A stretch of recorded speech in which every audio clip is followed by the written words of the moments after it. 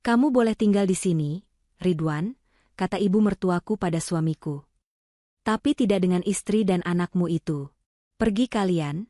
Ibu mertua mengusirku dan anakku yang berusia 5 tahun di tengah malam, tepat setelah rumah kami hancur karena gempa.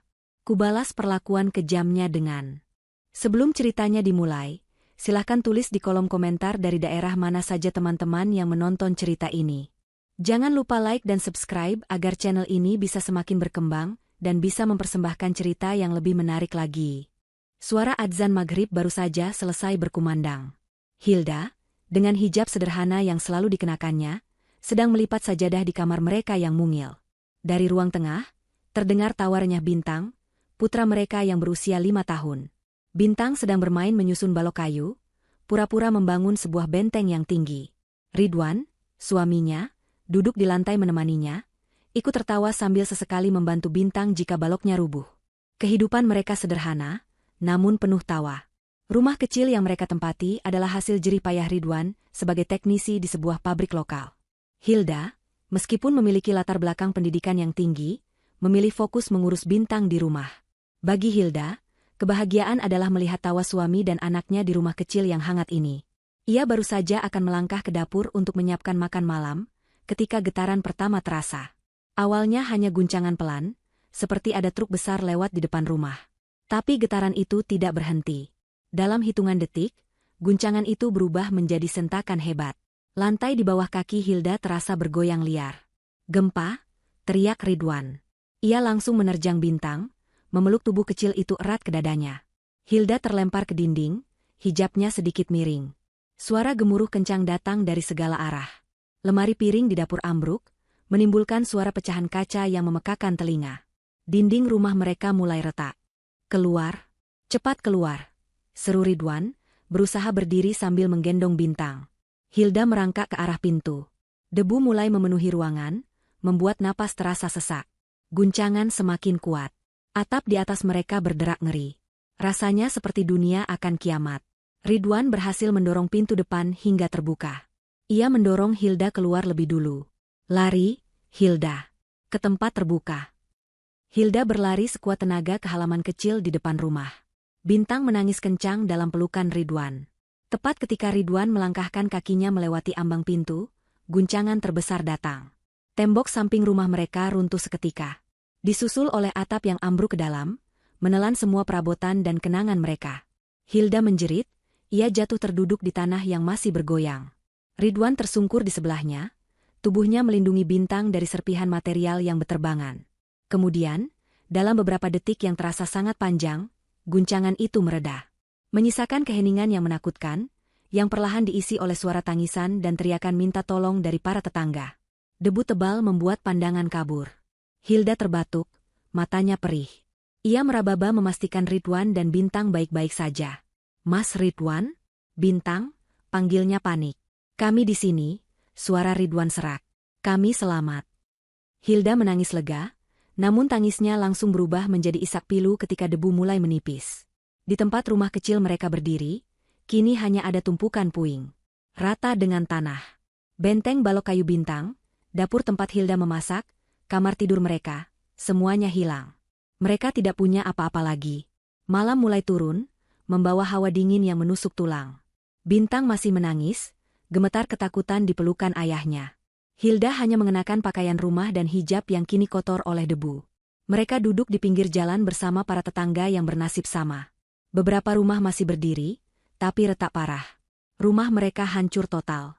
Ridwan bangkit, mencoba mencari sesuatu yang bisa diselamatkan di antara reruntuhan.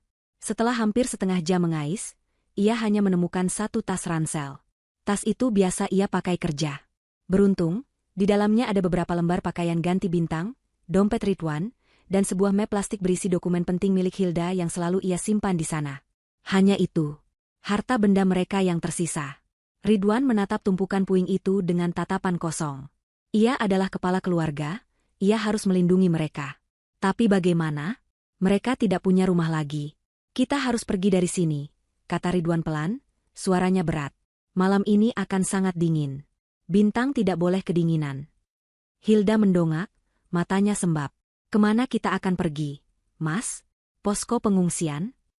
Ridwan menggeleng. Ia membayangkan posko pengungsian yang pasti penuh sesak, berdesakan, dan mungkin tidak aman untuk Bintang yang masih kecil. Hanya ada satu tempat yang terlintas di benaknya. Satu-satunya tempat yang ia tahu pasti aman dari gempa, dan memiliki banyak ruang. Rumah masa kecilnya. Kita ke rumah ibu, putus Ridwan. Hanya di sana kita bisa aman malam ini. Mendengar itu, jantung Hilda seakan berhenti berdetak sesaat. Firasat buruk langsung merayap di hatinya, lebih dingin dari angin malam pasca gempa. Ibu Anis, ibu mertuanya, tidak pernah menyukainya. Sejak awal pernikahan mereka, Ibu Anis selalu menunjukkan sikap dingin. Mertuanya itu selalu menganggap Hilda, yang ia kira berasal dari keluarga biasa, tidak sepadan dengan Ridwan. Ibu Anis selalu membanding-bandingkan Hilda dengan Feni, istri Doni, kakak Ridwan. Feni yang berasal dari keluarga kaya, yang selalu memakai perhiasan mencolok, dan memberinya cucu laki-laki pertama, Haikal. Ibu Anis selalu memuja Doni dan Feni. Sementara Ridwan, yang memilih hidup mandiri di rumah kecil, dianggap sebagai anak yang gagal membanggakan. Dan Hilda adalah penyebabnya. Hilda teringat bagaimana Ibu Anis selalu mencibir pilihannya mengenakan hijab sederhana, menganggapnya kampungan. Ia ingat bagaimana mertuanya itu jarang sekali mau menggendong Bintang saat masih bayi, dengan alasan takut repot. Semua kenangan buruk itu berputar di kepala Hilda. Pergi ke rumah Ibu Anis terasa seperti melompat dari bencana alam ke bencana batin. Tapi ia melihat wajah Bintang yang pucat dan bibirnya yang mulai membiru karena kedinginan. Bintang butuh tempat hangat. Hilda tidak punya pilihan lain. Ia membetulkan letak hijabnya yang berdebu. Baik, Mas, jawab Hilda pelan. Kita ke rumah ibu. Ridwan meraih tangan istrinya, membantunya berdiri. Mereka bertiga, hanya dengan satu tas ransel, berjalan kaki di tengah kegelapan dan kehancuran, menuju rumah yang mereka harap bisa menjadi tempat berlindung. Perjalanan menuju rumah Ibu Anis terasa sangat jauh. Kaki mereka harus melompati retakan di jalan, menghindari kabel listrik yang menjuntai, dan melewati puing-puing bangunan lain yang runtuh. Udara dipenuhi debu. Bintang sudah tertidur di gendongan Ridwan, napasnya terdengar berat. Hilda berjalan tertatih di samping suaminya, hatinya dipenuhi kecemasan. Semakin dekat mereka ke kompleks perumahan elit tempat Ibu Anis tinggal, semakin sedikit kerusakan yang mereka lihat. Daerah itu terletak di dataran yang lebih tinggi dan struktur tanahnya lebih stabil. Ketika mereka akhirnya tiba di depan gerbang besi yang tinggi menjulang, rumah Ibu Anis tampak berdiri kokoh, megah, dan tidak tersentuh bencana sedikit pun. Lampu tamannya bahkan masih menyala terang. Kontras yang menyakitkan dengan lingkungan mereka yang luluh lantak. Ridwan menekan bel. Hatinya juga berdebar. Ia tahu ibunya tidak menyukai Hilda, tapi ia tidak punya pilihan. Ini darurat. Bencana. Tentu ibunya akan mengerti. Setelah menunggu beberapa saat, pintu utama yang besar itu terbuka. Sosok Ibu Anis muncul, mengenakan daster mahal dan wajah yang tampak kesal karena tidurnya terganggu. Siapa malam-malam, Bek? Ridwan? Mata Ibu Anis membelalak kaget. Ada apa kamu kesini malam-malam? Kenapa kalian kotor sekali? Ibu Anis bahkan tidak melihat Bintang yang tertidur di gendongan Ridwan, atau Hilda yang berdiri di belakangnya dengan wajah pucat. Ibu, terjadi gempa, kata Ridwan, suaranya serak karena lelah dan debu. Rumah kami hancur, Bu, rata dengan tanah. Ibu Anis tertegun sejenak. Gempa? Di sini hanya bergoyang sedikit. Ibu kira cuma gempa biasa. Ia memandang Ridwan, lalu tatapannya beralih ke Hilda dengan pandangan tidak suka. Lalu, tanyanya ketus. Kami tidak punya tempat tinggal lagi, Bu, lanjut Ridwan. Bolehkah kami mengungsi di sini untuk sementara?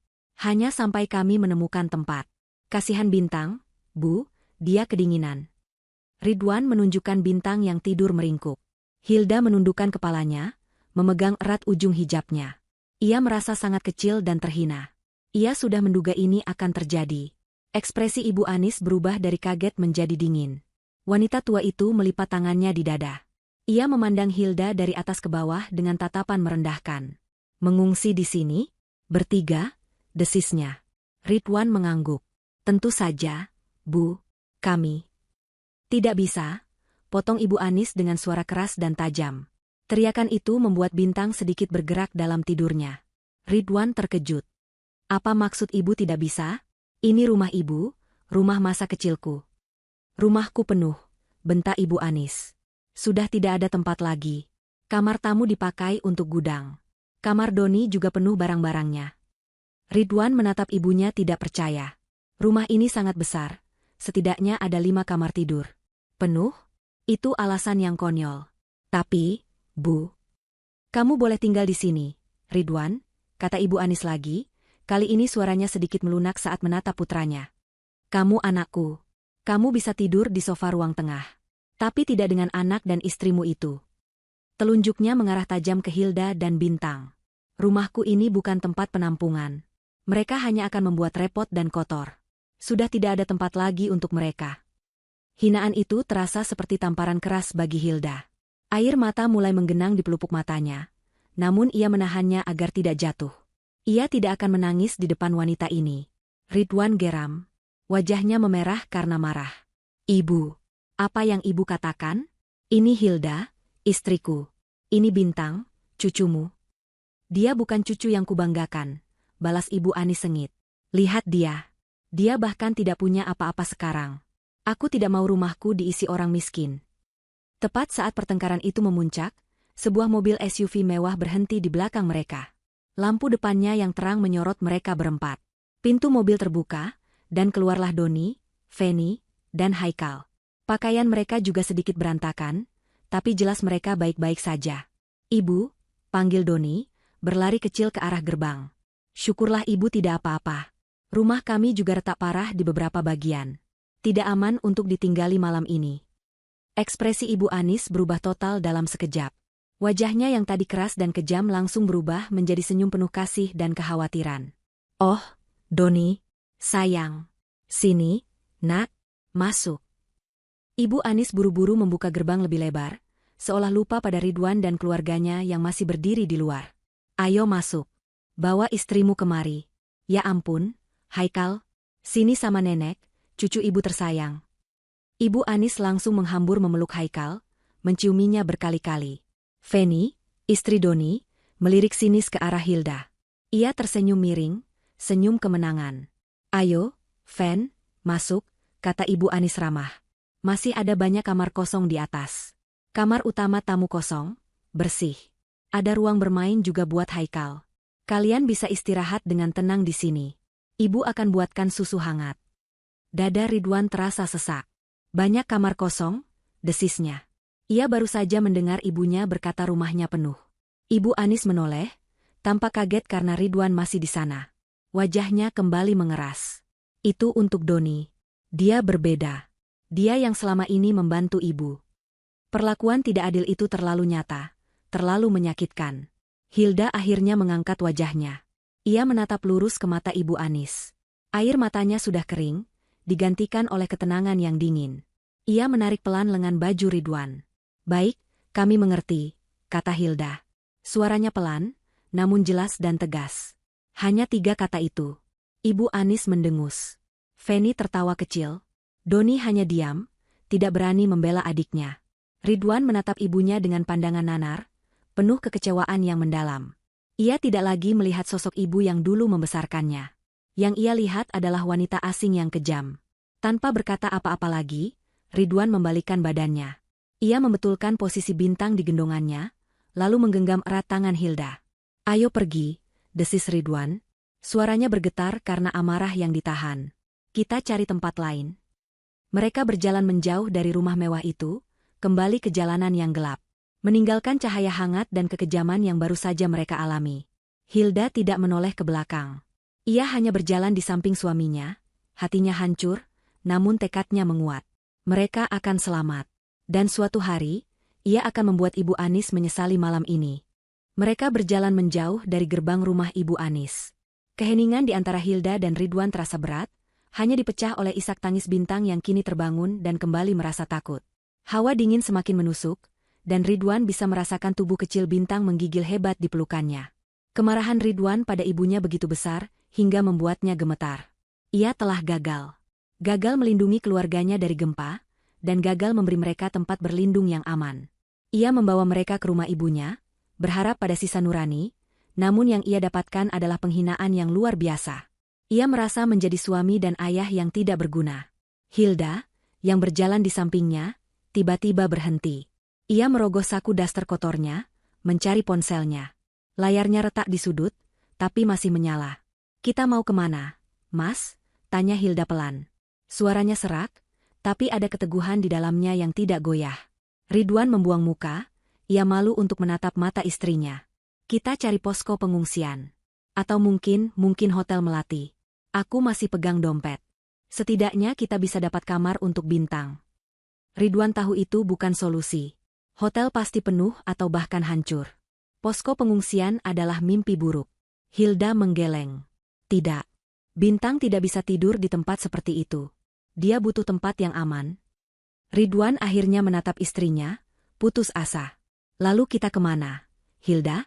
Kita tidak punya siapa-siapa lagi. Hilda menatap suaminya lekat. Kita masih punya satu tempat. Ridwan terdiam. Ia tahu apa yang dimaksud Hilda. Tempat itu.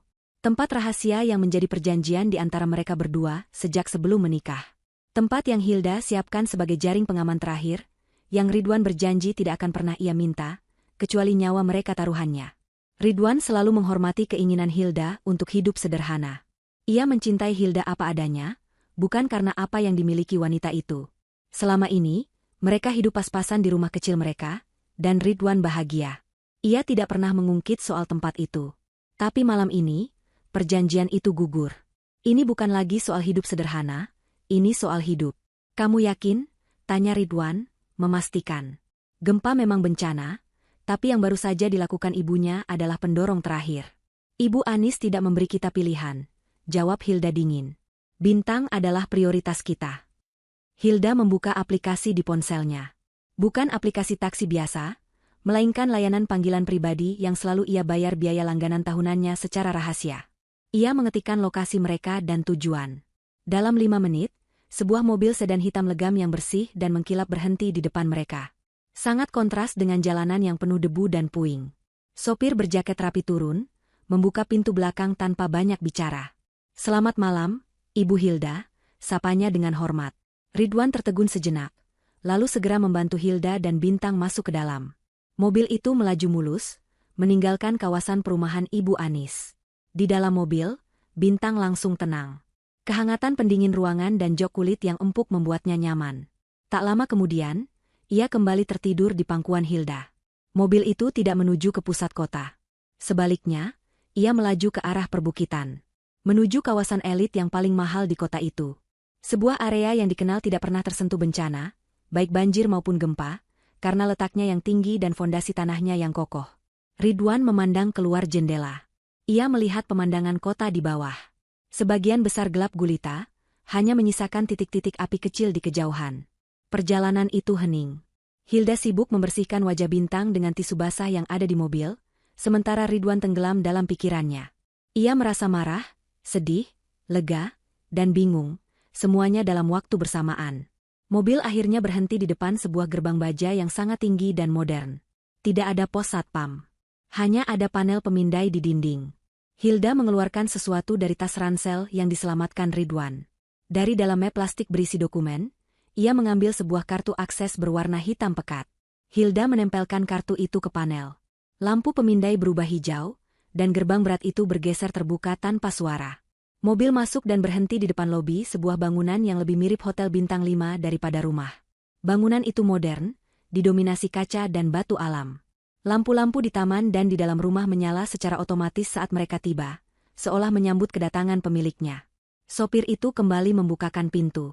Perlu saya tunggu, Ibu? Tidak perlu. Terima kasih, Pak, jawab Hilda. Silakan kembali. Pastikan Bapak juga aman. Sopir itu mengangguk hormat, lalu kembali ke mobilnya dan pergi. Menyisakan Hilda, Ridwan, dan Bintang di depan pintu utama yang menjulang tinggi. Ridwan menelan ludah. Ia sudah tahu Hilda memiliki tempat ini, tapi ia belum pernah melihatnya secara langsung. Ini di luar bayangannya. Ayo, Mas. Di luar dingin. Hilda menekan panel sidik jari di samping pintu. Pintu itu terbuka, menampakkan bagian dalam yang luar biasa. Ruangan itu luas, dengan langit-langit tinggi dan perabotan minimalis yang sangat mewah. Dinding kacanya menghadap langsung ke pemandangan kota yang berkelip di bawah. Semua bersih, seolah ada yang merawatnya setiap hari. Tempat apa ini? Bisik Ridwan, meskipun ia tahu jawabannya. Hilda menatapnya, matanya memancarkan kesedihan. Selamat datang di rumah, Mas. Maaf aku harus membawamu ke sini dengan cara seperti ini. Ridwan menggeleng. Ia menatap istrinya, wanita berhijab sederhana yang baru saja ditolaknya mentah-mentah oleh ibunya sendiri. Tidak, kata Ridwan. Aku yang minta maaf. Aku minta maaf karena sempat berpikir membawa kalian ke rumah ibu. Ridwan melangkah masuk, memeluk Hilda dan Bintang dengan erat. Mereka aman. Untuk malam ini, mereka aman. Hari pertama di villa itu terasa seperti mimpi. Setelah menutup pintu, Hilda langsung bertindak cepat. Ia tahu di mana letak semua saklar dan panel kontrol rumah pintar itu. Dalam sekejap, suhu ruangan menjadi hangat dan lampu-lampu lembut menerangi setiap sudut. Villa itu memiliki 4 kamar tidur utama, masing-masing dengan kamar mandi pribadi, sebuah dapur profesional yang lebih besar dari ruang tamu rumah mereka yang hancur, dan sebuah ruang keluarga dengan televisi layar datar raksasa. Bintang, yang terbangun karena suasana baru, matanya langsung berbinar. Wow, rumahnya besar sekali, Ibu, serunya. Rasa takutnya tergantikan oleh rasa takjub. Ia langsung berlari di lantai marmer yang hangat. Hilda tersenyum tipis. Ia membawa Bintang ke salah satu kamar tidur. Membuka lemari besar yang ternyata sudah terisi penuh dengan pakaian. Ada pakaian anak-anak berbagai ukuran, semua baru dan masih berlabel. Ini kamar Bintang, kata Hilda. Ia mengambil piyama katun yang lembut dan pakaian dalam baru. Sekarang mandi air hangat dulu, ya. Sementara Bintang mandi dengan gembira di bak mandi besar, Hilda menyiapkan segelas susu hangat dan biskuit dari dapur. Dapur itu terisi penuh bahan makanan kering, kalengan, dan minuman di dalam kulkas 2 pintu yang besar. Semuanya diatur dan diisi ulang secara berkala oleh layanan manajemen properti. Ridwan hanya bisa berdiri mematung di ruang tengah. Ia membuka tas ransel mereka. Isinya hanya beberapa helai pakaian kotor, dompetnya, dan map dokumen Hilda. Semua kekayaan mereka di dunia. Lalu ia melihat sekelilingnya. Kekayaan yang tak terbayangkan ini ternyata juga milik mereka. Setelah Bintang tertidur pulas di kamar barunya, di atas kasur empuk dengan selimut bulu angsa, Hilda dan Ridwan akhirnya bisa duduk berdua. Mereka duduk di sofa kulit yang nyaman di ruang keluarga. Hilda menyalakan televisi. Seluruh saluran berita dipenuhi liputan mengerikan tentang gempa. Skala kerusakannya jauh lebih parah dari yang mereka bayangkan. Pusat kota lumpuh. Ratusan bangunan runtuh. Korban jiwa terus bertambah. Hilda dan Ridwan menonton dalam diam, hati mereka ikut berduka untuk kota mereka. Ridwan akhirnya memecah keheningan. Aku tahu kamu kaya, Hilda. Kamu sudah jujur sejak awal. Tapi aku tidak pernah membayangkan seperti ini. Hilda menatap suaminya. Ini bukan kekayaanku, Mas. Ini warisan. Hilda mulai bercerita. Kisah yang sudah lama ia simpan. Ia berasal dari keluarga yang sangat kaya, namun orang tuanya membencinya. Mereka hidup sederhana, mengajarkan Hilda untuk tidak pamer harta. Saat mereka meninggal dalam kecelakaan beberapa tahun lalu, mereka meninggalkan semuanya untuk Hilda. Sebuah perusahaan investasi, properti, dan saham. Hilda, yang saat itu masih muda, merasa terbebani. Ia melihat bagaimana orang-orang di sekitarnya tiba-tiba berubah. Teman-teman menjadi penjilat, saudara jauh tiba-tiba muncul. Mereka tidak melihat Hilda, mereka hanya melihat uangnya. Aku muak, Mas, bisik Hilda. Aku muak dicintai karena apa yang aku punya. Lalu aku bertemu kamu. Lanjutnya, matanya mulai berkaca-kaca. Kamu seorang teknisi sederhana. Kamu melihatku di perpustakaan, mentraktirku es teh di warung pinggir jalan. Kamu tidak peduli bajuku mahal atau tidak. Kamu melamarku dengan cincin perak sederhana. Kamu mencintaiku saat aku tidak punya apa-apa. Tapi kamu punya segalanya, potong Ridwan pelan. Aku memilikinya, tapi aku menyembunyikannya. Aku ingin hidup normal. Aku ingin anak kita, Bintang, tumbuh besar tanpa dimanja harta. Aku ingin dia tahu rasanya berjuang, sama seperti ayahnya. Rumah kecil kita itu adalah kebahagiaan nyataku. Ridwan meraih tangan istrinya. Aku juga bahagia, Hilda. Sangat bahagia. Aku tidak pernah menginginkan semua ini. Aku tahu, kata Hilda. Aku membangun villa ini sebagai benteng terakhir. Tempat pelarian jika terjadi sesuatu yang di luar kendali. Aku mempekerjakan firma manajemen aset untuk mengurus semuanya secara diam-diam. Dan gempa ini adalah keadaan di luar kendali itu. Mereka terdiam lagi. Tiba-tiba, ponsel Hilda yang sedang diisi dayanya di meja berdering. Bukan ponsel retak yang biasa ia pakai, tapi ponsel kedua. Sebuah gawai canggih dan tipis yang tersembunyi di dalam map dokumennya. Ponsel satelit. Hilda mengangkatnya. Halo, sapanya. Suaranya berubah. Tidak ada lagi kelembutan seorang ibu, yang ada adalah nada tegas seorang pimpinan. Iya, Pak Surya. Saya aman. Bagaimana situasinya? Ridwan memperhatikan istrinya. Hilda mendengarkan dengan saksama, wajahnya serius. Saya mengerti, kata Hilda setelah jeda panjang. Pasar saham pasti kacau. Hilda mendengarkan lagi. Alisnya sedikit terangkat. Perusahaan apa yang paling terdampak? Ada jeda. PT Jaya Mandiri, perusahaan konstruksi milik keluarga Doni. Ridwan langsung menegakkan duduknya. Ia mendengar nama kakaknya disebut. Hilda melanjutkan, dan jaminannya apa? Hilda mendengarkan, matanya menyipit. Seluruh aset pribadi direksi, termasuk properti di Bukit Indah atas nama Ibu Anis. Hilda terdiam sejenak. Ridwan bisa melihat roda gigi berputar di kepala istrinya. Wanita yang beberapa jam lalu menangis dalam diam karena dihina, kini terlihat berbeda. Ada kilat tajam di matanya. Pak Surya, kata Hilda dengan suara yang tenang namun mematikan. Saya mau Bapak lakukan sesuatu. Gunakan dana darurat kita. Borong semua saham PT Jaya Mandiri yang jatuh. Beli semua utang mereka dari bank yang memegang jaminan itu. Tapi, Bu Hilda, terdengar suara samar dari telepon, perusahaan itu sudah bangkrut. Itu investasi buruk. Saya tidak sedang berinvestasi, potong Hilda. Saya sedang mengambil alih. Pastikan semua dokumen akuisisi selesai dalam 3 hari. Saya mau rumah itu, kata Hilda. Saya mau perusahaan itu. Saya mau semuanya. Laksanakan. Hilda menutup telepon. Ia menoleh ke Ridwan yang menatapnya dengan mulut sedikit terbuka. Ini adalah hari pertama. 3 hari, pikir Hilda. 3 hari lagi, kubuat mereka menyesali semuanya. Pagi hari pertama setelah gempa, matahari terbit di rumah Ibu Anis dengan cara yang biasa.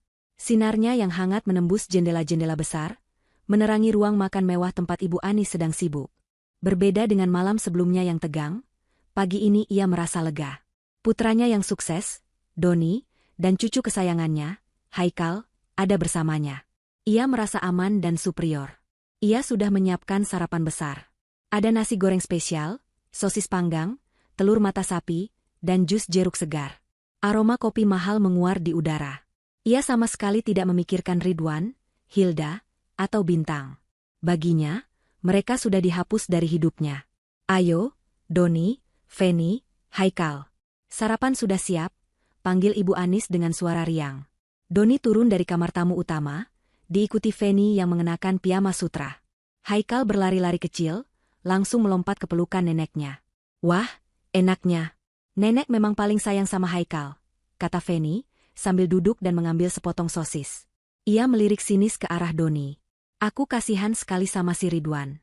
Pagi-pagi begini mereka makan apa, ya? Pasti antre nasi bungkus di posko pengungsian. Feni tertawa kecil. Ibu Anis yang sedang menuang susu untuk Haikal ikut tersenyum miring. Itulah nasib mereka, Fen, sahut Ibu Anis. Sudah miskin, sombong pula. Si Hilda itu, pakai hijab tapi hatinya pasti busuk. Berani-beraninya dia mau menumpang di rumahku. Ya, tentu saja kutolak. Doni tidak ikut tertawa. Pikirannya tidak tenang. Sejak subuh ia mencoba menghubungi kantornya. Tidak ada yang mengangkat. Ia mencoba menelepon manajer proyeknya, juga tidak tersambung. Jaringan komunikasi di pusat kota lumpuh total. Ia merasa ada yang tidak beres. Sudahlah, Don, makan dulu, kata Feni. Kantor tidak akan lari. Paling-paling retak sedikit. Perusahaanmu kan besar, asuransinya pasti penuh. Doni mencoba mengunyah nasi gorengnya, tapi rasanya hambar. Ia bangkit dan menyalakan televisi besar di ruang keluarga. Saluran berita lokal akhirnya berhasil mengudara. Apa yang mereka lihat membuat sendok di tangan Feni terlepas dan jatuh ke lantai. Berita itu menayangkan rekaman drone. Pusat bisnis kota luluh lantak. Dan yang terparah, rekaman itu menyorot proyek apartemen mewah yang sedang dibangun oleh PT Jaya Mandiri, perusahaan Doni. 2 menara yang hampir jadi itu runtuh sebagian, miring seperti akan ambruk. Di lokasi lain, proyek jembatan yang menjadi tender kebanggaan Doni, retak parah di bagian fondasi. Doni merasakan darahnya surut dari wajah. Proyek-proyek itu adalah nyawa perusahaannya. Tidak mungkin. Bisiknya. Ponselnya tiba-tiba berdering. Nomor asing. Ia mengangkatnya dengan tangan gemetar. Halo? Doni, ini aku, Rahmat. Itu adalah suara mitra bisnisnya. Kita hancur. Don, hancur? Bank baru saja menelepon. Mereka menarik semua pinjaman kita. Semua? Gempa ini dianggap force majeure. Mereka minta kita bayar lunas semua utang dalam 3 hari. Apa? Teriak Doni, membuat Ibu Anis dan Feni terlonjak kaget. 3 hari? Itu gila. Kita tidak punya uang tunai sebanyak itu. Semua uang ada di proyek. Aku tidak peduli, balas suara di seberang. Aku tidak mau ikut tenggelam. Asetku sendiri sudah habis. Kamu yang paling banyak menjaminkan asetmu, kan? Urus ini sendiri. Panggilan itu ditutup.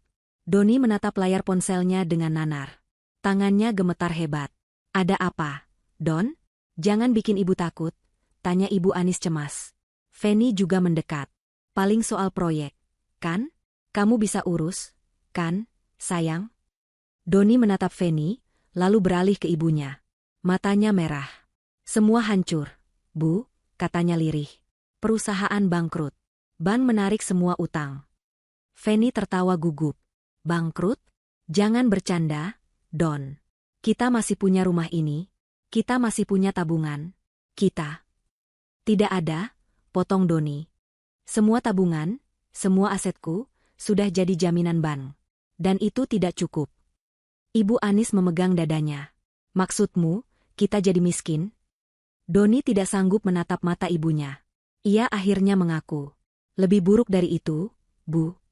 Lebih buruk apa lagi? Desak Feni. Doni menarik napas panjang. Untuk mendapatkan pinjaman terbesar buat proyek apartemen itu, aku butuh jaminan tambahan. Asetku sudah tidak cukup. Jadi, aku menjaminkan rumah ini. Keheningan melanda ruang makan mewah itu. Ibu Anis membeku. Feni berhenti bernapas sejenak. Apa katamu? Desis Ibu Anis. Aku memakai sertifikat rumah ibu sebagai jaminan. Ulang Doni, suaranya nyaris tak terdengar. Aku yakin proyeknya akan berhasil. Aku berencana melunasinya tahun depan, dan ibu tidak akan pernah tahu. Anak kurang ajar, jerit Feni. Ia memukul dada suaminya. Kamu mempertaruhkan rumah ibu? Kamu gila, Doni. Kalau rumah ini disita, kita mau tinggal di mana? Aku tidak tahu, bentak Doni, mendorong istrinya. Aku pikir ini aman. Tidak ada yang aman. Tiba-tiba Ibu Anis berteriak. Suaranya melengking tinggi, penuh kengerian. Rumahku tidak boleh diambil. Ia berlari ke brankas tersembunyi di balik lukisan, membukanya dengan tangan gemetar. Ia menarik map sertifikat rumahnya. Ini rumahku, milikku. Tidak ada yang boleh mengambilnya. Tepat pada saat itu, ponsel Doni berdering lagi. Kali ini email masuk. Notifikasi resmi dari bank. Pinjaman telah dinyatakan gagal bayar. Proses penyitaan aset jaminan akan segera dimulai. Aset itu, 1 unit properti di Kompleks Bukit Indah, atas nama Ibu Anis. Mereka diberi waktu 3 hari untuk merespons sebelum eksekusi dilakukan. Kita akan jadi gelandangan. Isak Feni, jatuh terduduk di lantai. Bagaimana ini, Bu? Teriak Doni, suaranya pecah putus asa. Apa yang harus kita lakukan? Ibu Anis menatap sertifikat di tangannya. Rumah yang ia banggakan. Rumah yang ia gunakan untuk menghina Hilda dan Bintang. Rumah yang ia sebut penuh. Kini, rumah itu akan benar-benar kosong, diambil paksa darinya. Kaki Ibu Anis lemas. Pandangannya kabur. Ia tidak bisa menerima kenyataan ini. Ia akan menjadi lebih miskin dari Hilda, menantunya yang ia hina. Dunia di sekelilingnya berputar. Ia terhuyung, lalu ambruk ke lantai marmer yang dingin, pingsan. Sementara kepanikan dan kehancuran melanda rumah Ibu Anis, suasana di villa rahasia di atas bukit sangat kontras. Hari kedua setelah gempa, Hilda sudah beraktivitas sejak fajar. Dia tidak lagi terlihat seperti korban bencana yang kebingungan. Pagi itu, dia mengenakan blus katun sederhana dan celana panjang longgar yang ia temukan di lemari pakaian besar di kamar mereka. Hijab instan yang praktis membingkai wajahnya yang tampak tenang dan fokus. Ridwan terbangun dan mendapati istrinya sudah tidak ada di sampingnya. Ia menemukan Hilda di ruang kerja villa. Ruangan itu terlihat seperti pusat komando.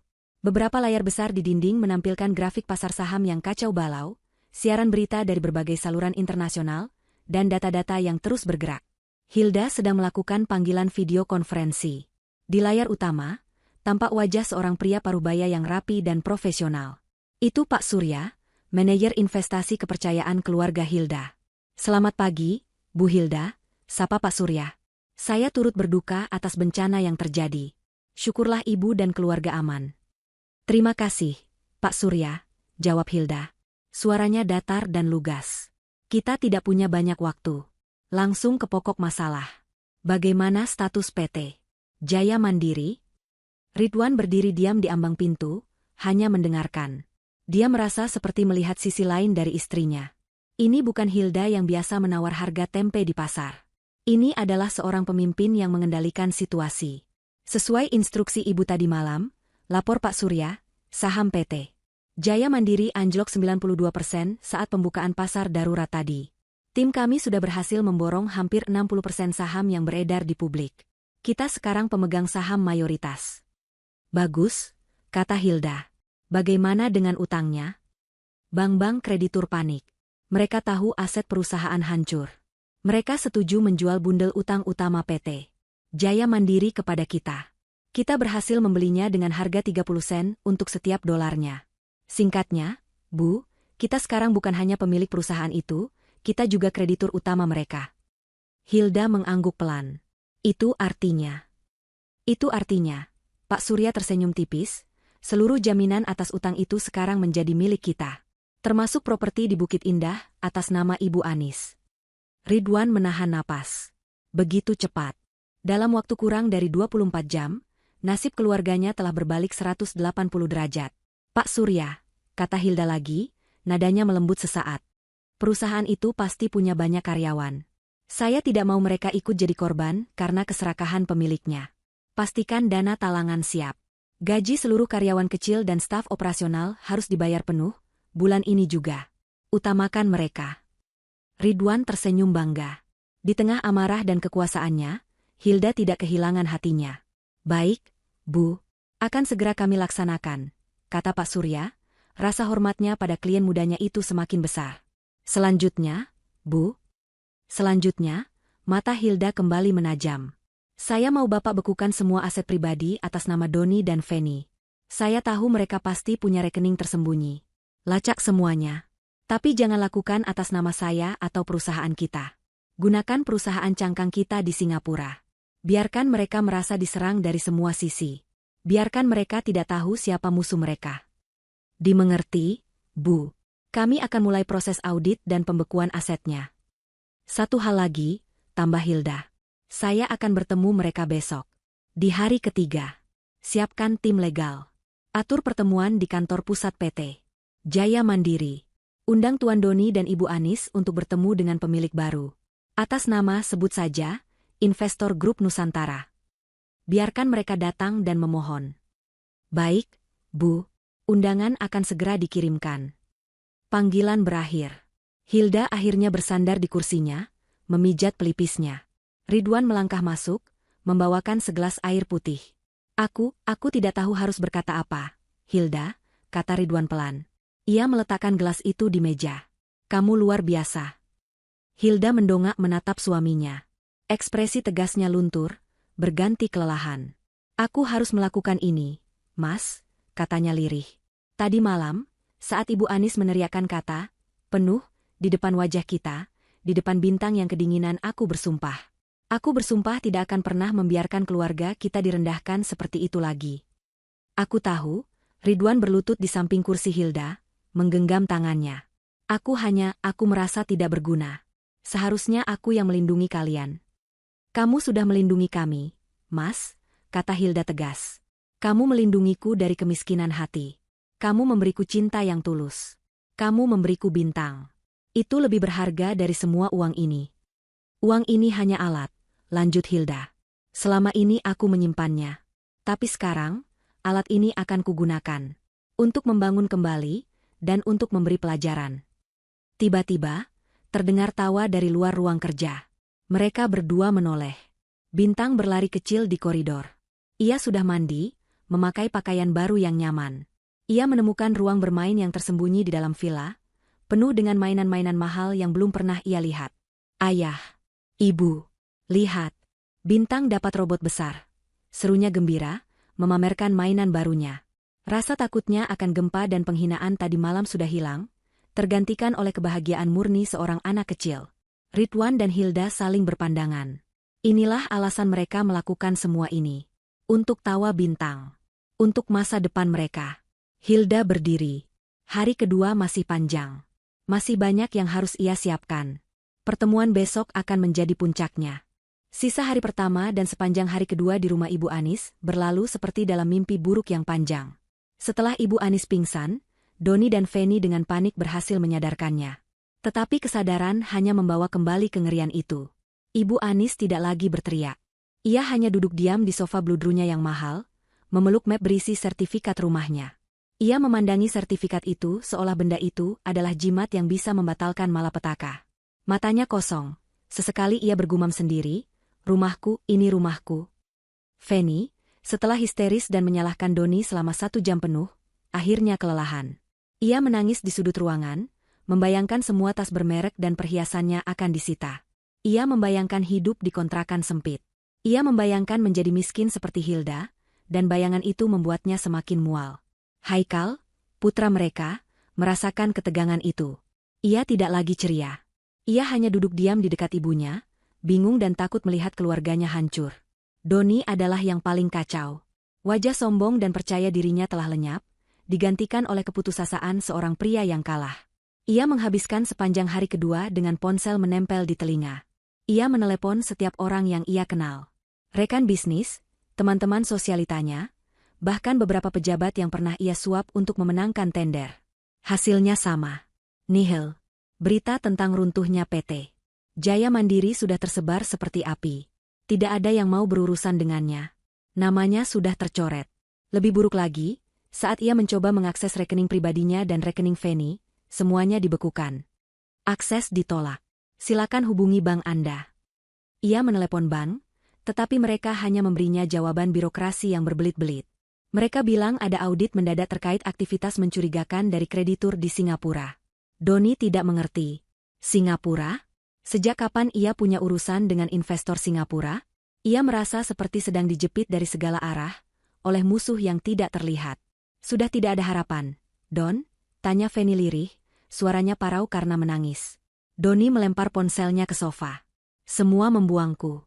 Semua? Mereka lupa siapa yang membayar minuman mereka selama ini. Ini semua salahmu, jerit Feni lagi, tenaganya kembali. Kalau saja kamu tidak serakah. Kalau saja kamu tidak menjaminkan rumah ibu. Diam, Feni, bentak Doni. Menyalahkanku tidak akan mengembalikan uang kita. Pertengkaran mereka terhenti ketika sebuah email masuk ke laptop Doni. Email itu adalah satu-satunya notifikasi yang berhasil lolos dari pembekuan. Pengirimnya adalah Divisi Restrukturisasi Aset, Investor Grup Nusantara. Jantung Doni berdebar kencang.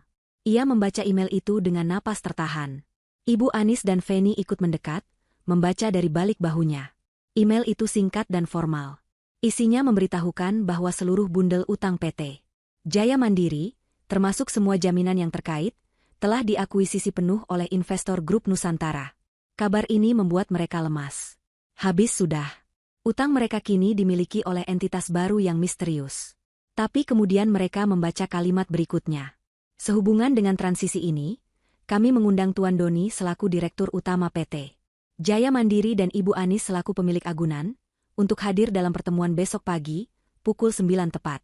Pertemuan akan diadakan di kantor pusat PT Jaya Mandiri, ruang rapat Dewan Direksi. Keheningan melanda ruangan. Apa artinya ini, Don? Bisik Ibu Anis, secercah harapan muncul di matanya yang sembab. Doni membaca email itu lagi. Diakuisisi, bukan disita. Investor ini membeli utangnya. Itu artinya investor ini mungkin tertarik untuk menyelamatkan perusahaannya. Mereka mengundang kita bicara, kata Doni, suaranya bergetar. Mereka tidak langsung mengirim surat sita. Mereka mau bertemu. Feni langsung berdiri tegak. Benar? Investor Grup Nusantara. Namanya terdengar besar. Mungkin mereka melihat potensi di perusahaanmu. Mereka membeli perusahaanmu yang bangkrut, Don. Harapan palsu itu menyebar dengan cepat. Mereka salah menafsirkan undangan eksekusi itu sebagai undangan negosiasi. Mereka pikir ini adalah kesempatan kedua. Ya, Tuhan, desis Ibu Anis. Ia meletakkan sertifikat rumahnya di meja. Masih ada jalan. Masih ada harapan. Suasana langsung berubah. Kepanikan berganti menjadi persekongkolan putus asa. Doni, kata Ibu Anis, matanya yang tadi kosong kini menyala licik. Besok adalah penentuan nasib kita. Kamu harus terlihat meyakinkan. Kamu harus merayu investor ini. Siapapun dia. Benar, Don, timpal Fanny, buru-buru menghapus jejak air matanya. Pakai setelanmu yang paling mahal. Yang dari Italia itu. Kita harus tunjukkan kalau kita masih berkelas. Kita bukan pengemis. Aku akan bilang apa? Tanya Doni, otaknya mulai berputar. Aku akan bilang apa untuk meyakinkan mereka agar tidak menyita rumah ibu. Katakan apa saja, kata Ibu Anis. Sujud padanya kalau perlu. Mohon belas kasihan. Bilang rumah ini satu-satunya peninggalan almarhum ayahmu. Bilang ini warisan keluarga yang tidak ternilai harganya. Ironisnya, ia tidak ingat pernah mengatakan hal yang sama sekali berbeda pada Ridwan 2 malam lalu. Katakan kamu akan bekerja untuknya tanpa dibayar. Asal rumah ini selamat, rencana Doni, kita harus membuatnya iba. Kita harus terlihat sebagai korban gempa yang malang, yang perusahaannya hancur karena bencana. Malam itu, mereka tidak tidur. Mereka sibuk merencanakan strategi. Mereka berlatih kata-kata. Doni menyiapkan setelan terbaiknya. Fanny menyetrika kemejanya. Ibu Anis bahkan menyiapkan dokumen-dokumen rumah, berharap bisa menunjukkannya sebagai bukti sentimental. Mereka akan pergi ke pertemuan itu, siap untuk memohon, merayu, dan bersujud. Mereka tidak tahu bahwa mereka sedang berjalan lurus ke dalam penghakiman yang telah disiapkan oleh Hilda. Pukul 8:30 pagi, hari ketiga setelah gempa. Sebuah taksi online berhenti di depan lobi kantor pusat PT Jaya Mandiri. Gedung itu tampak kusam. Kaca-kaca di lantai bawah retak di beberapa tempat, dan debu sisa gempa masih menutupi sebagian besar permukaannya. Namun, pintu masuk utama tampak bersih dan dijaga oleh 2 petugas keamanan berseragam baru yang terlihat tegap dan asing. Doni, Fanny, dan Ibu Anis keluar dari taksi. Mereka bertiga tampak kontras dengan lingkungan sekitar. Doni mengenakan setelan paling mahalnya, Fanny memakai riasan tebal untuk menutupi matanya yang bengkak, dan Ibu Anis mengenakan pakaian terbaiknya, memeluk tas tangan yang berisi sertifikat rumah. Wajah mereka pucat, tegang, dan penuh harap cemas. Petugas keamanan itu memeriksa nama mereka di daftar tamu digital. Tuan Doni dan Ibu Anis sudah ditunggu di lantai 20. Ruang rapat Dewan Direksi. Silakan lewat sini. Mereka diantar melewati lobi yang terasa dingin dan sepi. Karyawan lama Doni tidak terlihat. Lift membawa mereka naik dalam keheningan yang menyesakan. Ingat, Don, bisik Ibu Anis, tundukkan wajahmu, tunjukkan rasa hormat. Kita harus dapatkan simpati mereka. Doni hanya mengangguk kaku. Jantungnya berdebar begitu kencang, hingga ia takut orang lain bisa mendengarnya. Pintu lift terbuka di lantai 20. Seorang wanita muda berpenampilan profesional, yang jelas bukan sekretaris Doni, menyambut mereka.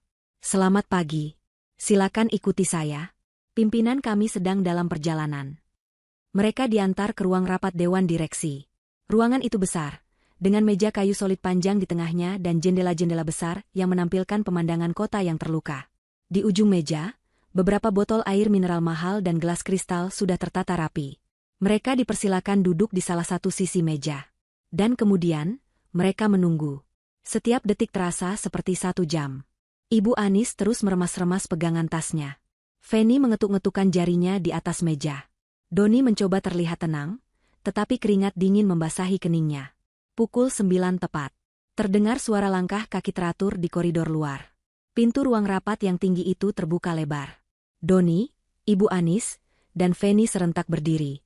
Mereka memasang senyum paling hormat, paling memelas, paling tunduk yang bisa mereka buat.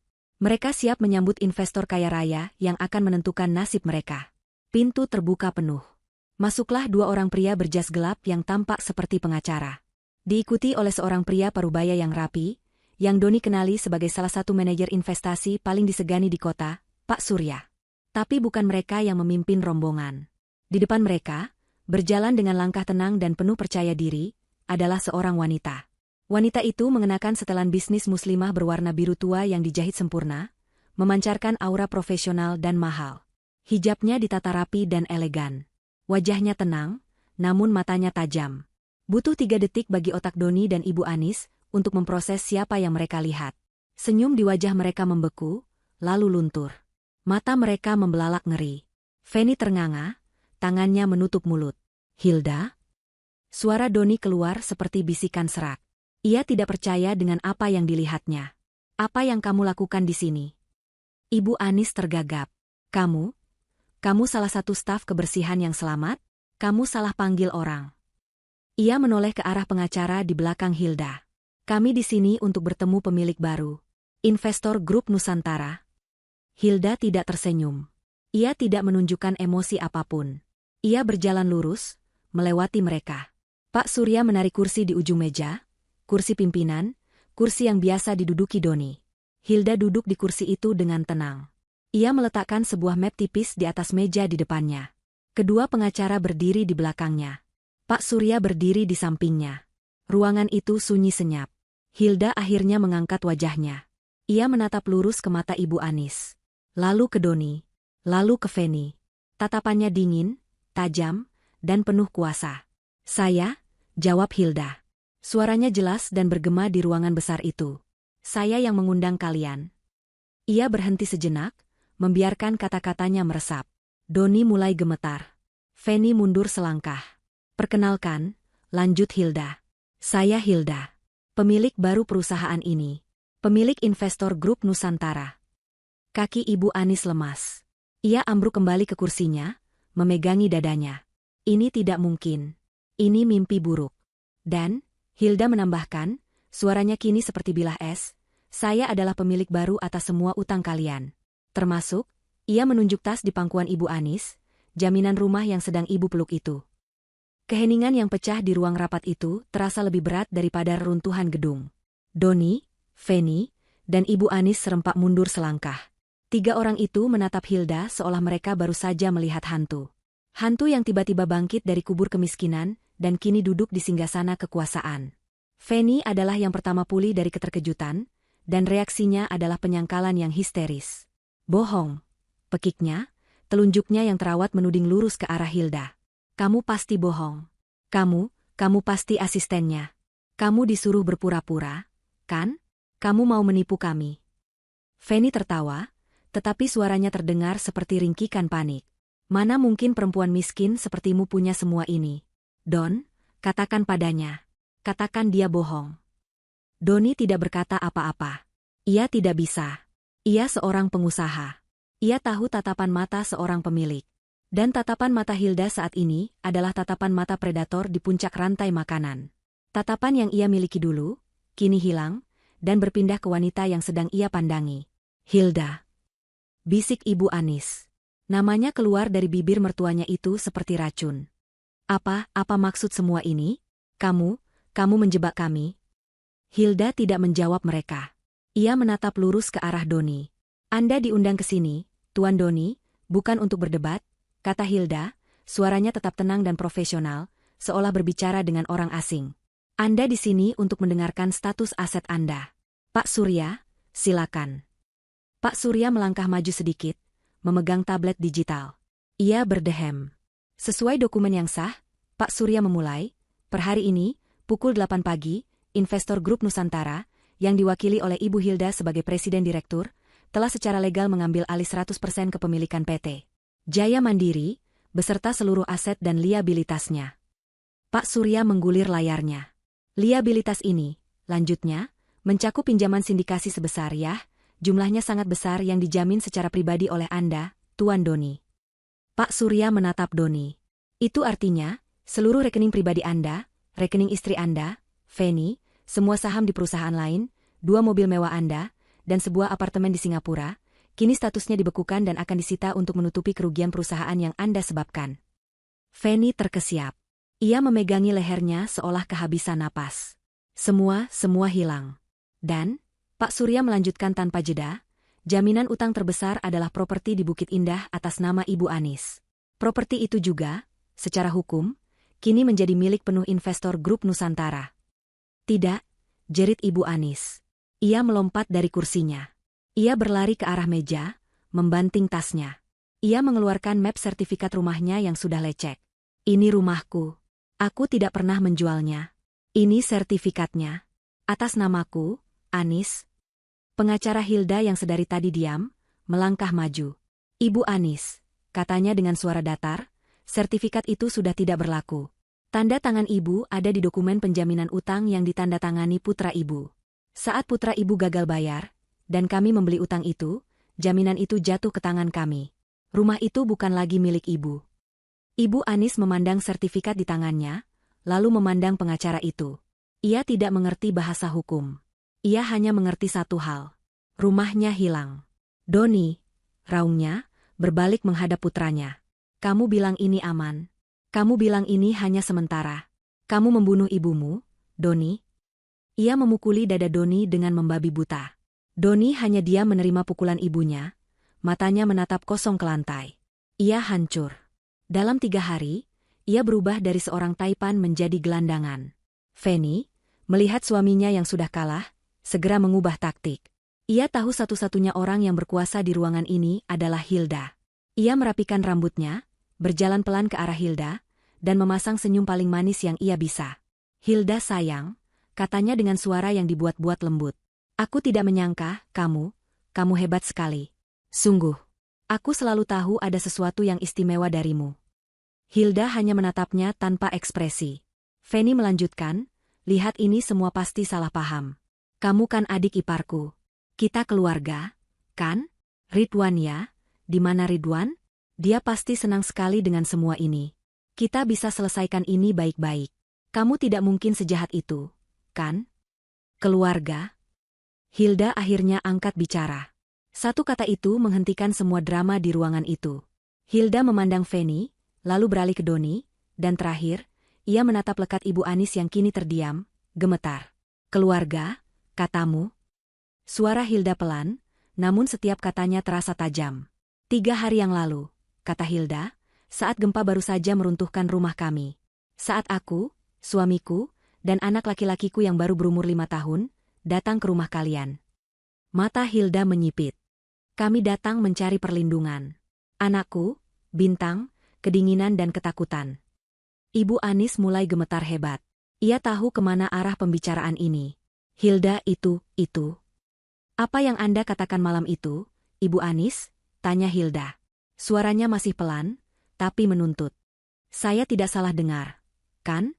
Anda berteriak di depan wajah kami. Hilda menirukan suara Ibu Anis dengan dingin. Tidak bisa. Rumahku penuh. Sudah tidak ada tempat lagi untuk mereka. Keheningan total. Doni dan Feni menatap ngeri ke arah Ibu Anis. Dan Anda, Hilda menatap Ibu Anis lurus di mata, Anda menunjuk cucu Anda sendiri, Bintang. Anda bilang dia dan saya hanya akan membuat repot dan kotor. Anda bilang, Anda tidak mau rumah Anda diisi orang miskin. Wajah Ibu Anis pucat pasi. Ia tidak bisa bernapas. Hilda aku hilaf aku. Lalu, Hilda melanjutkan, putra kesayangan Anda, Doni, dan istrinya, Feni, datang. Dan apa yang Anda katakan? Sini, nak, masih ada banyak kamar kosong. Ada ruang bermain juga buat cucu ibu tersayang. Setiap kata ditekan oleh Hilda, menghantam Ibu Anis seperti batu.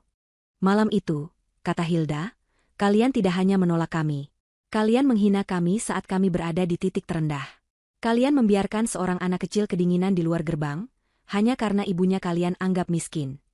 Ibu Anis akhirnya hancur. Ia jatuh berlutut di lantai marmer yang dingin. Ampun, Hilda. Ampun. Ia menangis, merangkak, mencoba memegang kaki Hilda. Maafkan ibu. Aku salah. Aku dibutakan harta. Jangan ambil rumahku. Aku mohon. Itu satu-satunya yang kupunya. Kamu boleh hukum aku. Tapi jangan ambil rumahku. Doni, melihat ibunya bersujud, ikut berlutut. Hilda adikku. Aku mohon. Lupakan semua yang terjadi. Aku akan lakukan apa saja. Aku akan jadi bawahanmu. Aku akan bekerja untukmu seumur hidup. Tapi tolong, jangan buat ibu kami jadi gelandangan. Hilda menatap 3 orang yang kini berlutut di depannya. Pemandangan itu tidak memberinya kepuasan. Hanya rasa muak. Ia berdiri dari kursinya. Ia berjalan ke jendela besar, membelakangi mereka. Ia melihat kota yang terluka di bawah. Anda salah, Ibu Anis, kata Hilda pelan. Anda bilang rumah Anda penuh. Tapi Anda bohong. Hilda berbalik. Wajahnya dingin dan tak terbaca. Secara hukum, rumah itu sekarang milik saya. Perusahaan ini milik saya. Semua yang kalian punya, kini milik saya. Kalian tidak punya apa-apa lagi selain pakaian yang kalian kenakan. Ia berhenti sejenak, membiarkan kenyataan pahit itu meresap. Saya bisa saja mengusir kalian sekarang juga. Membiarkan kalian merasakan apa yang Bintang rasakan malam itu. Menjadi gelandangan tanpa tempat berteduh. Ibu Anis, Doni, dan Feni menahan napas. Tapi, lanjut Hilda, saya tidak akan melakukannya. Secercah harapan muncul di mata mereka. Saya punya rencana lain untuk kalian. Dan untuk rumah itu. Harapan yang baru saja mekar di hati Ibu Anis, Doni, dan Feni langsung layu ketika mendengar nada bicara Hilda. Ini bukan nada belas kasihan. Ini adalah nada seorang hakim yang akan membacakan putusan. Pertama-tama, kata Hilda sambil berjalan kembali ke kursinya, namun ia tidak duduk. Ia berdiri di sana, menjulang di atas mereka. Kalian tidak akan tinggal di villa saya. Tempat itu adalah rumah saya dan keluarga saya.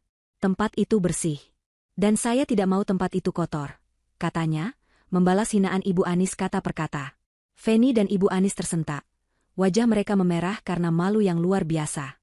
Kedua, untuk Anda, Doni, Hilda menatap kakak iparnya yang masih berlutut. Anda bilang Anda mau bekerja untuk saya. Baik, tawaran diterima. Doni mengangkat kepalanya, bingung. Mulai besok, kata Hilda, PT Jaya Mandiri akan saya bubarkan. Saya akan membentuk perusahaan baru dari aset-aset yang tersisa. Sebuah perusahaan konstruksi sosial yang fokusnya membangun kembali rumah-rumah korban gempa dengan biaya murah. Dan Anda, mata Hilda menyorot tajam, akan menjadi staf administrasi di divisi logistik. Anda akan mengurus pencatatan keluar masuk semen dan paku. Doni ternganga. Dari direktur utama menjadi tukang catat paku. Gaji Anda, lanjut Hilda, adalah UMR. Tidak ada tunjangan. Tidak ada mobil perusahaan. Tidak ada ruang kerja pribadi. Anda akan bekerja di kubikel sempit bersama 20 staf lainnya. Ambil tawaran ini, atau saya pastikan nama Anda masuk daftar hitam di seluruh asosiasi konstruksi di negara ini. Anda tidak akan pernah bisa membangun toilet sekalipun. Doni menelan ludah. Itu adalah hukuman yang lebih kejam dari penjara. Itu adalah penghancuran total harga dirinya. Tapi pilihan lainnya adalah kelaparan. Saya terima. Desisnya, suaranya pecah. Feni memekik pelan. Hidupnya yang mewah sudah berakhir. Ia harus hidup dengan gaji UMR. Bagus, kata Hilda. Sekarang, Anda, Ibu Anis. Hilda berbalik menghadap ibu mertuanya. Ibu Anis adalah inti dari semua rasa sakitnya. Untuknya, Hilda telah menyiapkan sesuatu yang istimewa. Anda sangat mencintai rumah Anda, bukan? Anda takut kehilangannya? Ibu Anis mengangguk cepat, air matanya mengalir. Tolong, Hilda jangan. Saya tidak akan mengambil rumah itu dari Anda, kata Hilda. Ibu Anis terbelalak. Maksudku? Saya tidak akan menjualnya, lanjut Hilda. Saya akan merenovasinya. Saya akan mengubahnya. Hilda berhenti sejenak. Ibu bilang rumah ibu penuh, kan? Sekarang, saya akan membuatnya benar-benar penuh. Saya akan mengubah rumah mewah itu, kata Hilda dengan suara yang jelas dan mantap, menjadi panti asuhan. Tempat penampungan khusus untuk anak-anak yang kehilangan orang tua mereka dalam gempa. Rumah itu akan saya namai, Rumah Harapan Bintang. Rumah itu akan dipenuhi puluhan anak-anak.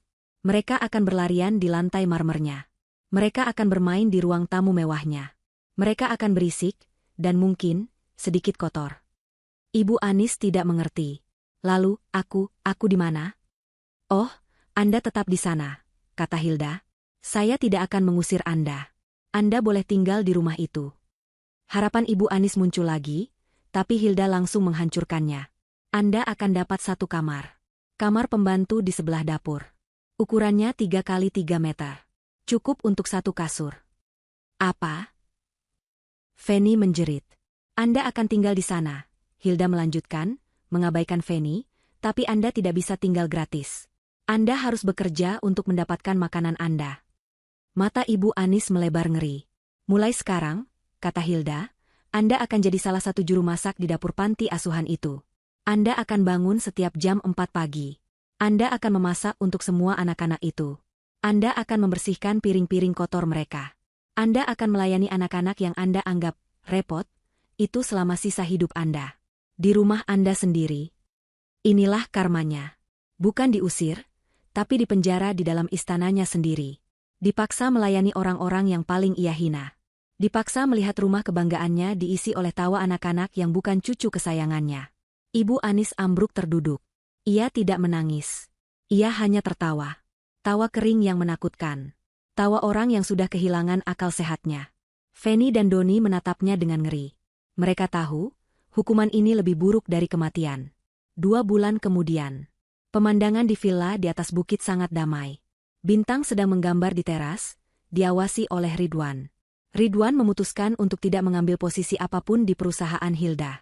Sebagai gantinya, ia kini mengepalai divisi teknis di Yayasan Bintang Mandiri, sebuah organisasi nirlaba yang didanai penuh oleh Hilda. Ia memimpin tim relawan, menggunakan keahlian teknisinya untuk membangun kembali rumah-rumah warga di lingkungan lamanya, satu persatu. Ia menemukan kebahagiaan sejati dalam membantu sesama. Hilda keluar dari ruang kerjanya, membawa 2 cangkir teh. Ia duduk di samping Ridwan, meletakkan kepalanya di bahu suaminya. Hijabnya yang sederhana bergoyang lembut ditiup angin. "Bagaimana hari ini, Mas?" tanyanya. "Melelahkan," jawab Ridwan sambil tersenyum. "Tapi rumah Pak RT sudah hampir selesai. Kamu harus lihat wajahnya tadi." Mereka berdua tersenyum. Dari jauh di bawah bukit, di kawasan Bukit Indah, rumah Harapan Bintang sudah beroperasi penuh. Papan nama besar terpampang di bekas gerbang mewah itu. Suara tawa anak-anak terdengar riuh. Di dalam, di sebuah kubikel sempit di kantor administrasi yang pengap, Doni sedang sibuk menginput data stok semen, keningnya berkerut. Seorang manajer muda menepuk bahunya. "Lembur ya, Pak Doni, malam ini ada kiriman bata datang." Doni hanya mengangguk pasrah. Di dapur panti yang besar dan sibuk, seorang wanita tua dengan rambut berantakan dan apron kotor sedang mengaduk panci sup raksasa. Wajahnya kuyu dan kosong. "Cepat sedikit, Bu Anis," tegur kepala juru masak. "Anak-anak sudah lapar." Ibu Anis hanya mengaduk lebih cepat, tanpa emosi, di dalam rumah yang dulu miliknya. Di balkon villa, Ridwan memeluk Hilda. "Kamu yakin ini keadilan?" tanyanya pelan. Hilda menatap matahari terbenam yang mewarnai langit. "Ini adalah awal yang baru, Mas. Untuk kita, dan untuk mereka. Mereka sudah mendapatkan apa yang mereka tabur. Dan kita," ia tersenyum, "kita mendapatkan apa yang pantas kita dapatkan." Mereka memandang Bintang yang berlari memeluk kaki mereka. Mereka adalah keluarga. Utuh, kuat, dan akhirnya, benar-benar aman.